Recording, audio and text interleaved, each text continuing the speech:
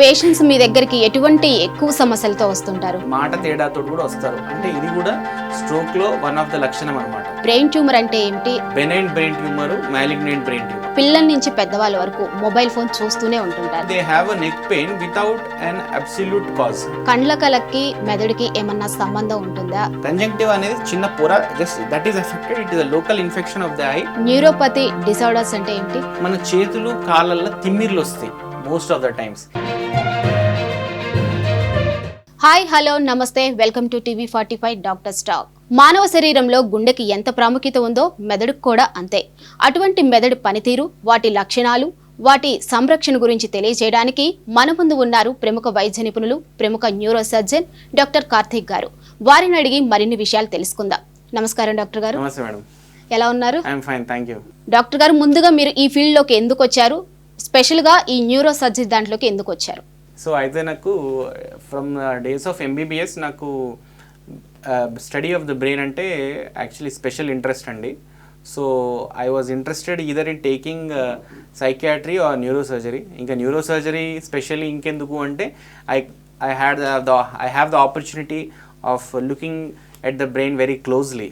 So that is one thing. And second thing, న్యూరోసర్జరీలో మనకి we can touch the life of a person in depth. For example, ఒక head injury emergency patient వచ్చింది అనుకోండి, ఒక severe head injury, ఆయనకి ఇప్పుడు మనం సర్జరీ చేసి ఆయన లైఫ్ సేవ్ చేయొచ్చు. So that is very satisfying for me.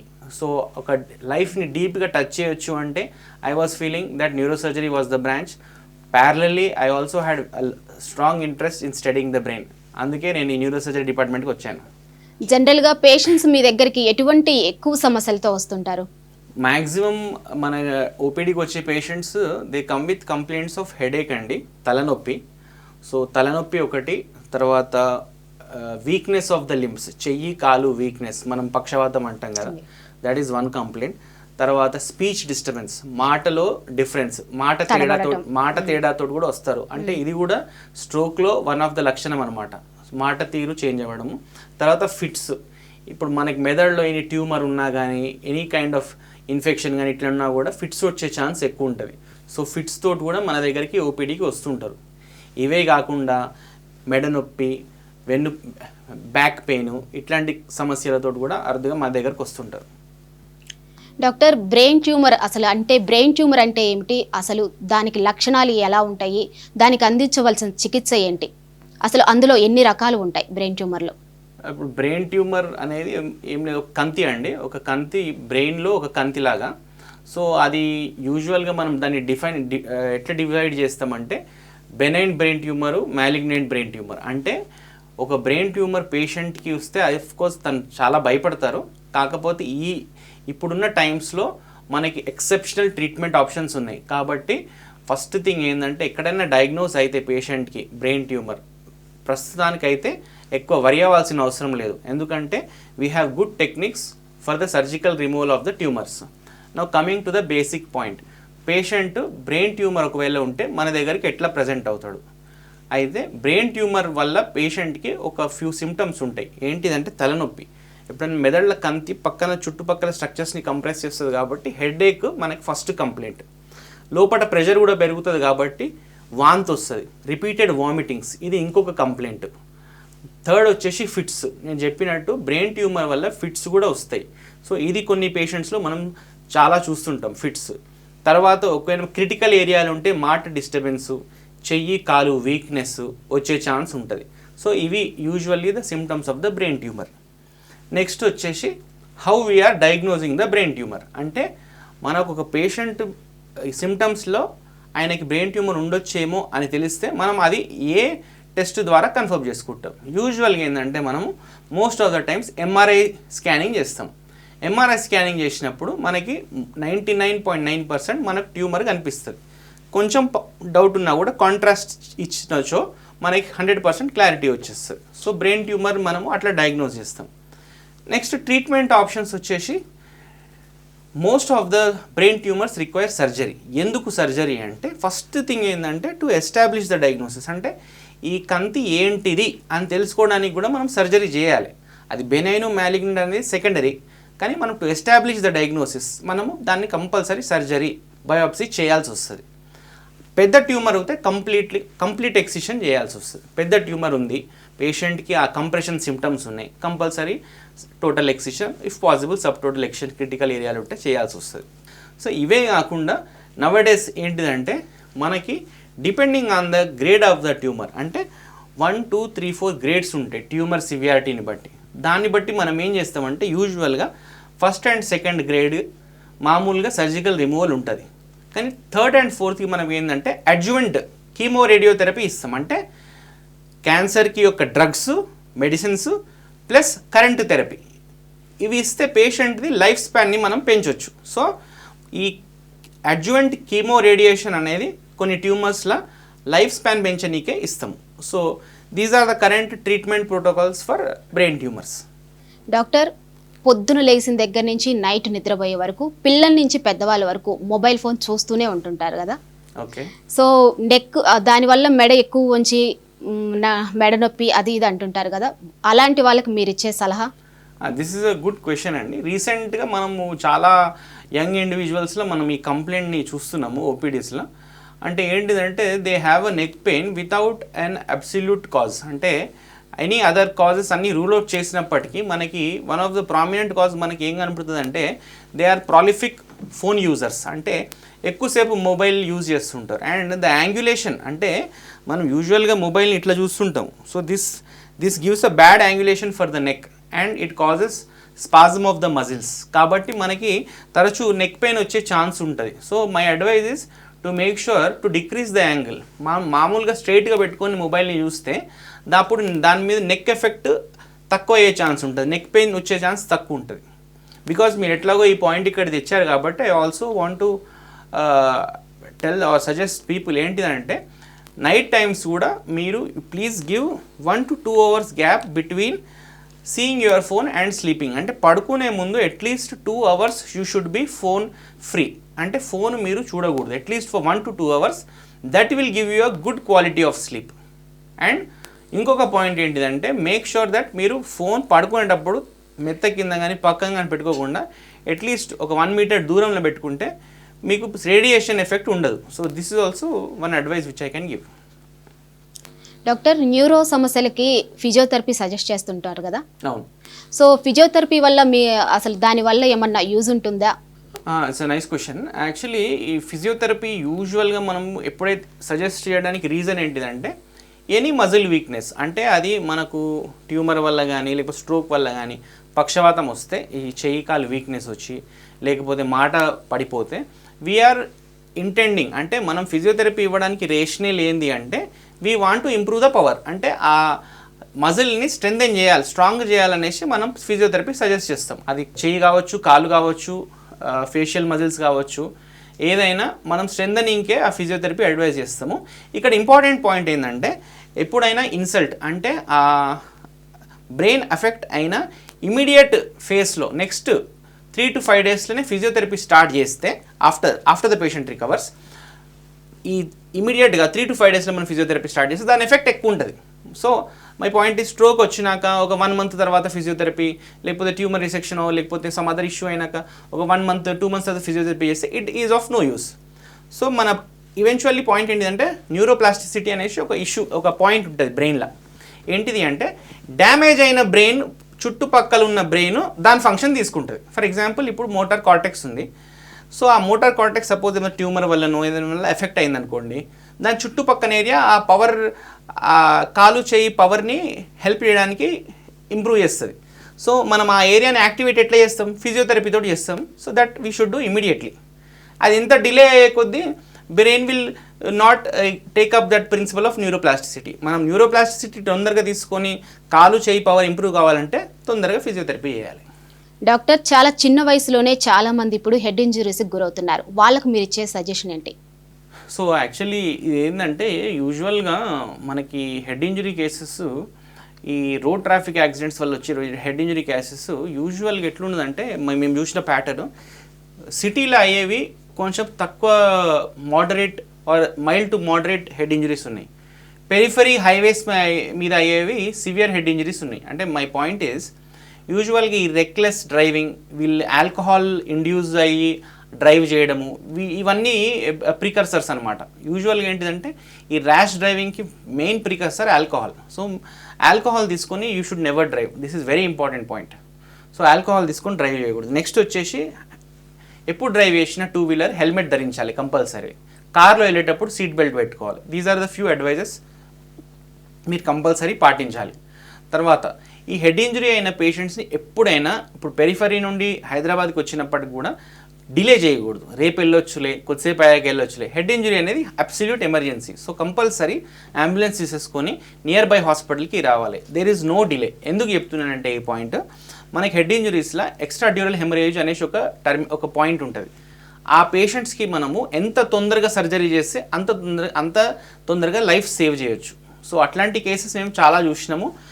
Actually పెరిఫరీలో ఆ కేసెస్ చాలా బ్యాడ్ ప్రోగ్నోసిస్, వీళ్ళు బతకలేరు అని చెప్పిన కేసెస్ కూడా పేషెంట్స్ తొందరగా తేయడంతో, మేము సర్జరీ చేయడంతో వాళ్ళు కంప్లీట్లీ రికవర్ అయ్యి తర్వాత డిశ్చార్జ్ అప్పుడు నడుచుకుంటూ వచ్చిన కేసెస్ కూడా మేము ఉన్నాయి. So first thing and most important thing is don't do rash driving, don't take alcohol and drive.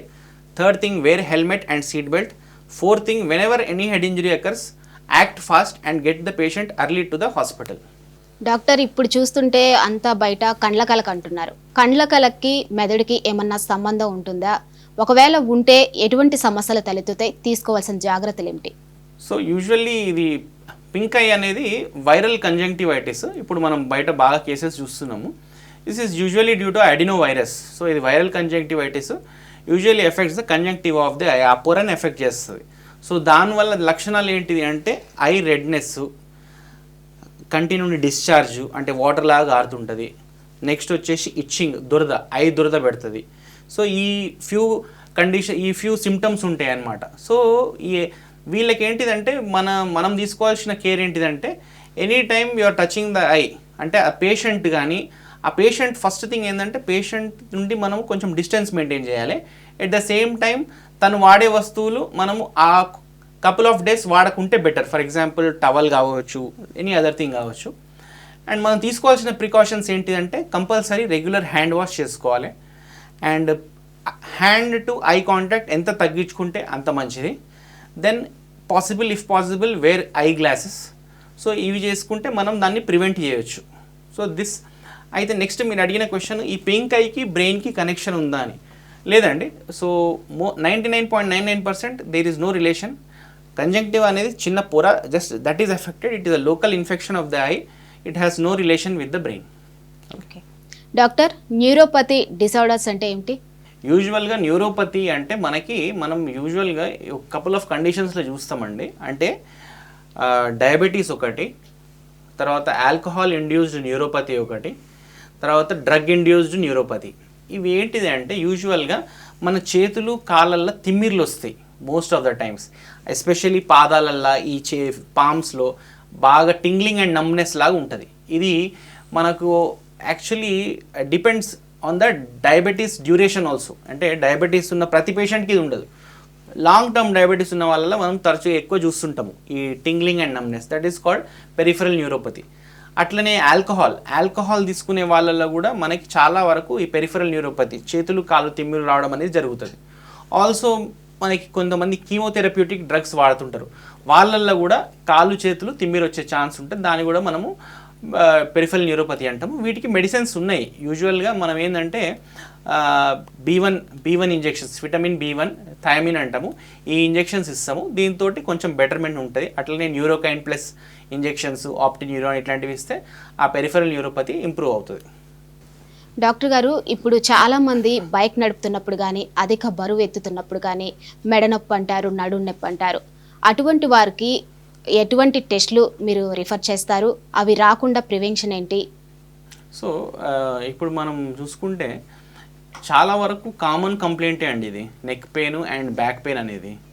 అయితే మనం ఈ నెక్ పెయిన్ యూజువల్గా ఎవరిలో వస్తుందంటే యూజువల్గా most of the people who do heavy work, అంటే అగ్రికల్చర్ అనుకోండి, ఫార్మర్స్ అనుకోండి, సిమెంట్ వర్కర్స్, వీళ్ళంతా ఏంటంటే బరువు అంతా నెక్ మీద వేస్తారు, మెడపైన తలపైన వేస్తారు. సో దానివల్ల it is like most of like mechanical injury జరిగే ఛాన్స్ ఉంటుంది. సో మెకానికల్ అంత స్ట్రాంగ్ ఇంజరీ కాకపోయినప్పటికీ strain, some kind of ligament strain ఇట్లాంటి వల్ల నెక్ పెయిన్ వస్తుంది. తర్వాత నెక్ పెయిన్ నేను చెప్పినట్టు ఇందాక mobile, abnormal position of the neck while using mobile, దానివల్ల నెక్ పెయిన్ వస్తుంది. Then other conditions are there like rheumatoid arthritis, దీనివల్ల కూడా నెక్ పెయిన్ వస్తుంది. Then other rare causes are there, other causes ఉన్నాయి. Next వచ్చేసి బ్యాక్ పెయిన్ యూజువల్గా మనము old ఏజ్లో చూస్తాం, అంటే డీజనరేటివ్ బ్యాక్ పెయిన్ అంటాం దాన్ని. Apart from that young people ఎవరైతే జిమ్కి వెళ్తారో, ఎక్కువ వంగి పనిచేసేటోళ్ళు, ఎక్కువ బరువు ఎత్తేటోళ్ళు, వీటిలల్లో మనము బ్యాక్ పెయిన్ చూస్తాము. సో బ్యాక్ పెయిన్ ఎవాల్యుయేషన్ ఎట్లా చేస్తామంటే ఫస్ట్ ఒక ఎక్స్రే తీస్తాము. ఎక్స్రేలో మనకి యూజువల్గా నార్మల్ ఉందంటే నో ప్రాబ్లం. అదే కొన్నిసార్లు బ్యాక్ పెయిన్ తోటి కాళ్ళకి తిమ్మిరి వస్తుంది. అట్లాంటప్పుడు మనం దాన్ని షయాటికా అంటాము. అంటే వెనకాల నడుము నుండి తొంటి నుండి కాళ్ళకి మొత్తం పాదం వరకు నొప్పి వస్తుంది. So any back pain patient with that kind of radiating pain మనం షయాటికా అని డయాగ్నోజ్ చేసినప్పుడు most of the time MRI చేయించాలి. ఎంఆర్ఐ చేయించినప్పుడు మనకు ఆ disc bulge, so excluded disc problem ఉంటుంది వాళ్ళకి.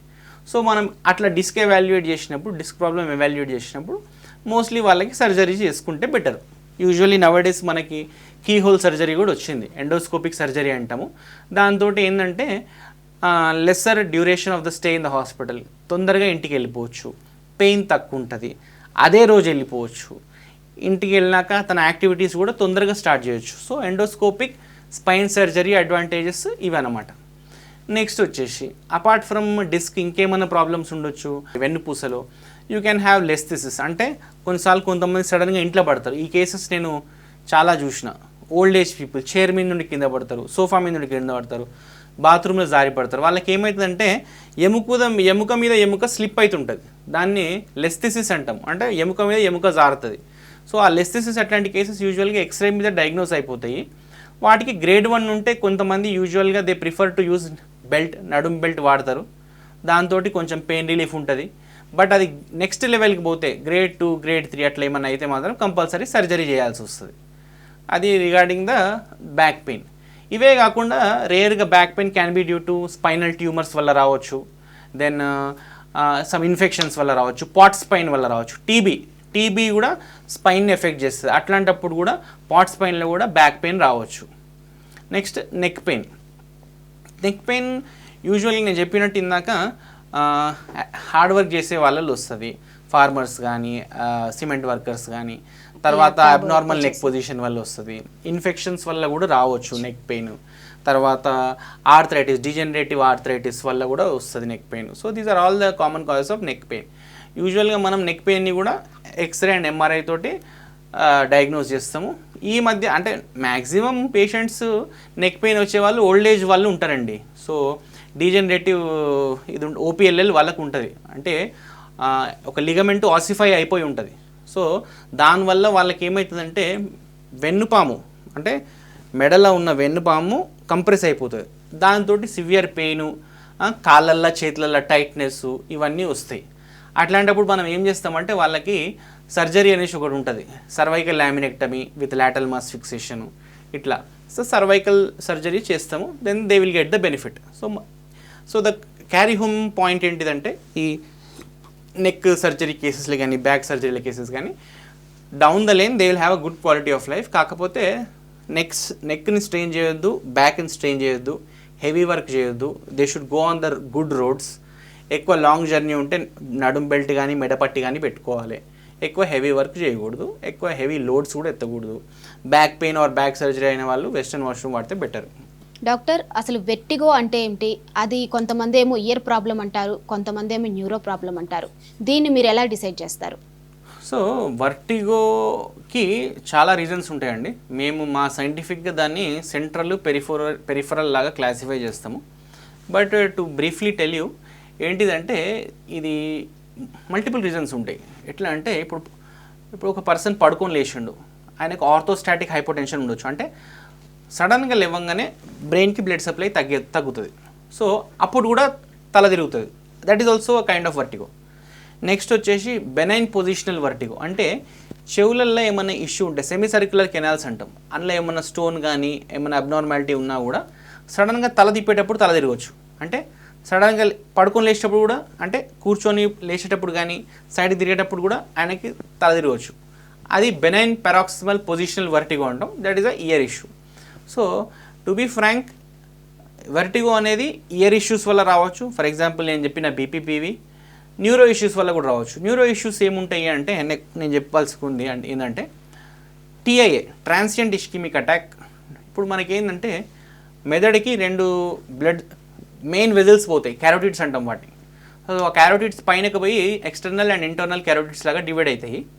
సో మనకేంటిదంటే ఈ క్యారోటిడ్లు ఎప్పుడన్నా కొవ్వు కానీ ఈ సాచురేటెడ్ కాల్షియం ఫ్లేక్స్ కానీ ఏమన్నా సెటిల్ అయినాయి అనుకోండి, దాని కెపాసిటీ ఇంత ఉండాల్సింది ఇంత అయిపోతుంది, స్మాల్ అయిపోతుంది. సో అప్పుడు రక్త సరఫరా బ్రెయిన్కి తగ్గిపోతుంది. నువ్వు on the top of it మీరు సడన్గా నెక్ని బెండ్ చేసిండు అనుకోండి, ఆ కెపాసిటీ ఇంకా తగ్గిపోతుంది. సో ద పాయింట్ ఈజ్, ఆ కాల్షియం ప్లాక్ అండ్ ఫ్యాట్ వల్ల ఏదైతే బ్లడ్ వెజల్ బ్లాక్ ఉందో అది నెక్ మూమెంట్ వల్ల ఇంకా తగ్గిపోయి బ్రెయిన్కి బ్లడ్ సప్లై తగ్గిపోతుంది. అప్పుడు కళ్ళు తిరుగుతాయి. So 101% any patient who has crossed 50 to 60 years, 50-60 years cross అయిన వాళ్ళు కంపల్సరీ క్యారోటిడ్ డాప్లర్ చేయించుకోవాలి. క్యారోటిడ్ డాప్లర్ చేయించుకుంటే ఎంత ఫ్యాట్ అందులో జమ అయిందనేది తెలుస్తుంది. నెక్స్ట్, ఎలక్ట్రోలైట్స్ డిస్టర్బెన్స్ ఉన్నా కూడా మనకి కళ్ళు తిరుగుతాయి. అంటే యూజువల్గా ఏంటంటే సీరం సోడియం, ఎస్పెషల్లీ సోడియం తక్కువ ఉన్నా కూడా మనకి కళ్ళు తిరుగుతాయి. This will directly effect your neurons. So దానివల్ల కూడా కళ్ళు తిరుగుతాయి. సో మన కళ్ళు తిరిగినప్పుడు ఒకసారి ఎలక్ట్రోలైట్స్ కూడా చేయించుకోవాలి.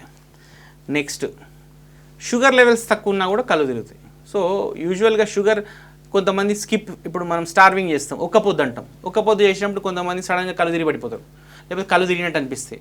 అదెందుకు? బాడీలో షుగర్ లెవెల్స్ తక్కువ ఉండడం వల్ల. సో బాడీలో షుగర్ లెవెల్స్ తక్కువ ఉన్నా కూడా కళ్ళు తిరిగే ఛాన్స్ ఉంటుంది. So that is also one thing. So ఇట్లా 3-4 రీజన్స్ ఉంటాయి న్యూరో పరంగా కూడా. ఇంకా కొంచెం డెప్త్లో పోతే మనకి కొన్ని, ఇప్పుడు బ్రెయిన్ స్టెమ్ ఉంది. బ్రెయిన్ స్టెమ్ యాక్చువల్లీ మనం ఇప్పుడు మనం ఇంటర్వ్యూ చేసుకోవడానికి ఇక్కడ రీజన్ మన బ్రెయిన్ స్టెమ్. అంటే మన బ్రెయిన్ స్టెమ్ వల్లనే మనం అవేక్ స్లీప్ సైకిల్స్ మెయింటైన్ అయ్యింది. మనం అసలు అవేక్ ఉండాలంటే మనకు కావాల్సింది బ్రెయిన్ స్టెమ్. ఆ brain stem proper functioning. So అక్కడ ఏమన్నా ఇష్యూ ఉన్నా కూడా మనకి కళ్ళు తిరిగే ఛాన్స్ ఉంటుంది. అట్లా డాక్టర్, చాలామంది బీపీ పేషెంట్స్ మెడిసిన్ కొంతమంది వాడతారు, కొంతమంది వాడరు. అటువంటి వారికి బ్రెయిన్పై ఏమన్నా ఎఫెక్ట్ ఉంటుందా? సో యూజువల్గా ఏంటంటే ఈ BP patients they are risk factors for haemorrhagic kind of stroke అండి. అంటే ఏంటిదంటే యూజువల్గా హై బీపీ ఉన్న వాళ్ళకి లోపల బ్రెయిన్లో బ్లీడ్ అయ్యే ఛాన్స్ ఎక్కువ ఉంటుంది. ఎందుకంటే ఫస్ట్ థింగ్ ఏంటంటే ఓల్డ్ ఏజ్, ఫస్ట్ 2 సెక్టర్స్ తీసుకుందాం. Old age patients with BP but not control. నేను చాలామందిని చూసిన, మన క్యాజువాలిటీకి వచ్చినప్పుడు బీపీ 200/180, 240/200 ఇట్లా ఉంటుంది. వీళ్ళకి ఏంటంటే completely they lose the auto regulation. అంటే వాళ్ళకి BP is not under control. వాళ్ళకి ఏమవుతుందంటే బ్రెయిన్లో ఆల్రెడీ ఓల్డ్ ఏజ్ ఉంటే కొంచెము యాంజియోపతి ఉంటుంది, అమైలాయిడ్ యాంజియోపతి కానీ some kind of angiopathy, blood vessels కొంచెం వీక్ ఉంటాయి. ఇప్పుడు దానిపైన ఇక బీపీ వచ్చిందనుకోండి, అవన్నీ ఓపెన్ అయిపోతే చాలా పెద్ద బ్లీడ్స్ అయిన కేసెస్ కూడా మేము చూసినాము. అంటే దీనివల్ల ఏమవుతుందంటే ఆ పెద్ద బ్లీడ్, అన్కంట్రోల్డ్ హైపర్ టెన్షన్ వల్ల మనం సర్జరీ చేసిన పేషెంట్కి బెనిఫిట్ ఉండదు. So it will cross our level, అంటే మన లెవెల్ క్రాస్ అయిపోతుంది. అంటే మా సజెషన్ ఏంటిదంటే ఇప్పుడు ఎవ్రీ పేషెంట్, ఎల్డర్లీ ఒక 60 years ప్లస్ ఉన్న వాళ్ళు అట్లీస్ట్ 2 daysకి ఒకసారి బీపీ కంపల్సరీ చూసుకోవాలి. దానికి తగ్గ రెగ్యులర్ మెడిసిన్స్ వాడాలి. సో అట్లా వాడితే వాళ్ళు దాన్ని కంట్రోల్లో పెట్టుకోవచ్చు. సడన్గా వాళ్ళకి అది ఆటో రెగ్యులేషన్ అనేది చేతిలో ఉంటుంది. That is important. ఇది నేను with regards to old age చెప్పిన. యంగ్ ఏజ్, ఇప్పుడు ఈ స్ట్రోక్ అనేది, హెమరేజిక్ స్ట్రోక్ యంగ్ పీపుల్ కూడా వస్తుంది. అయితే వీళ్ళలో సపరేట్ రీజన్స్ ఉంటాయి. అంటే అఫ్కోర్స్ బీపీ ఒకటి ఉండొచ్చు, తర్వాత అదర్ కైండ్ ఆఫ్ థింగ్స్ ఏంటి అంటే కొన్ని సమ్ డ్రగ్ ఇండ్యూస్డ్ ఉండొచ్చు. ఇప్పుడు పబ్స్కి పోతున్నారు. So drug induced haemorrhagic bleeds కూడా మేము చూసినాం. So apart from this CSVT, ఇట్లాంటి కపుల్ ఆఫ్ రీజన్స్ ఉంటాయి ఎస్పెషల్లీ యంగ్ పీపుల్లో. సో క్యారీ హోమ్ మెసేజ్ ఏంటంటే 101% uncontrolled BP will affect the patient with haemorrhagic stroke. So మనం కంట్రోల్లో పెట్టుకోవడం అనేది చాలా ఇంపార్టెంట్. డాక్టర్ గారు, ప్రెగ్నెన్సీ ఉమెన్స్కి న్యూరో ప్రాబ్లం వస్తే మీరు ఎలా అడ్రస్ చేస్తారు దాన్ని? యాక్చువల్లీ మేము couple of yearsలో we have seen some pregnancy women with neuro problem. అంటే for example we have seen cases with pregnancy women 5th month 7th monthలో కూడా they have come with Covid తోటి వచ్చిన ప్రెగ్నెన్సీ ఉమెన్ కూడా ఉన్నారు. We have treated them promptly and they have got discharged, they have got delivered the baby and the babies are healthy. So we have good treatment for even such cases. Apart from that, oka lady in her 5th month she was diagnosed with a brain tumor. So మనం proper precautions తీసుకొని normal position చేసుకొని proper position చేసుకొని we have operated the patient and removed the tumor. Luckily she was a grade 1 tumor, so we were also happy for her. So తనకి chemotherapy radiotherapy తీసుకునే అవసరం లేకుండే she came out well and she is doing well now and she delivered a healthy baby and the baby is fine. Apart from this, మేము ఒక కేసులో severe disc protrusion అంటే యూజువల్గా ఏంటిదంటే వీళ్ళు అబ్నార్మల్ పొజిషన్ అండ్ వాకింగ్ ఉంటుంది, కొన్నిసార్లు you know ఆ pregnancy period is little tough for them. అయితే ఆ ఒక కేసులో మాకు డిస్క్ ప్రొలాప్స్ కూడా వచ్చింది, సివియర్ డిస్క్ కేస్. సో మేము ఆ కేసుని లాటరల్ పొజిషన్ చేసి ఆపరేట్ చేసాము. The patient is doing well now. So my point and the take home message ఇప్పుడు ఏంటిదంటే, any time of the pregnancy if you are diagnosed with any neuro problem, there is no need to panic. భయపడాల్సిన అవసరం లేదు. We have good treatment for such people also. Doctor, మీ కెరియర్లో మీరు చేసిన difficult case గురించి మాకు చెప్తారా? Okay, actually couple of cases ఉన్నాయి, but I will tell you 2 or 3. ఒక 90-year-old patient, he was absolutely healthy actually, and అప్పటి వరకు he had no complaint, but suddenly he presented with confusion and headache and 1 episode of vomiting. So మనం diagnose చేసినప్పుడు ఆయనకి చాలా పెద్ద meningioma ఉండే, అంటే బ్రెయిన్ ట్యూమర్ ఉండే. So we have perform the surgery and did the complete excision of the tumour and the patient was doing very well. So I was very happy because he said I was looking like his grandson. So naga chala happy unde, it is close to my heart. Then idi kaakunda one more thing is a young person, 25 years untai, he came with a giant cell tumor of the skull. ఆ case కొంచెం difficult కేసే. So ఎందుకంటే young adult మోరో చాలా పెద్ద joint cell tumour అది. So we have done it properly and the patient is doing well now. He keeps on contact me, regular ga call chestuntadu whenever he needs any assistance or any doubts if he has regarding other patients also. Na call chestuntadu, pampistuntadu valla patients ni. So that is also close to me. And inkoka difficult case indante oka young girl around 22 years I think, she was ready to get married. కాకపోతే ఆ టైంలోనే she had sudden headache and vomitings. మనము imaging MRI చేసి diagnose చేసినాము. చాలా పెద్ద tumour ఉండే చిన్న మెదడులో. So everybody the parents have actually come to me to ask ఎట్లుంటుంది ఫ్యూచర్, ఎట్లుంటుంది, she is yet to get married. So I said you can ask the other party also to come, I can explain you everything because they were engaged at that time. So I explain them very clearly. We did the surgery అయినాక she got married and both of them are doing very well. So ఆ young girl కూడా that's a very complicated surgery, posterior fossa tumour అనేది. It was a cerebellar haemangioblastoma. So ఆ complete excision తర్వాత she was doing very well. They got married. So they are very happy now. These are 3 cases which I can recollect. Thank you. Good doctor. So చూసారు కదండి ఇవాళ doctor stock కార్యక్రమాన్ని. మరో కార్యక్రమంలో మళ్ళీ కలుసుకుందాం. అంతవరకు సెలవు, నమస్కారం.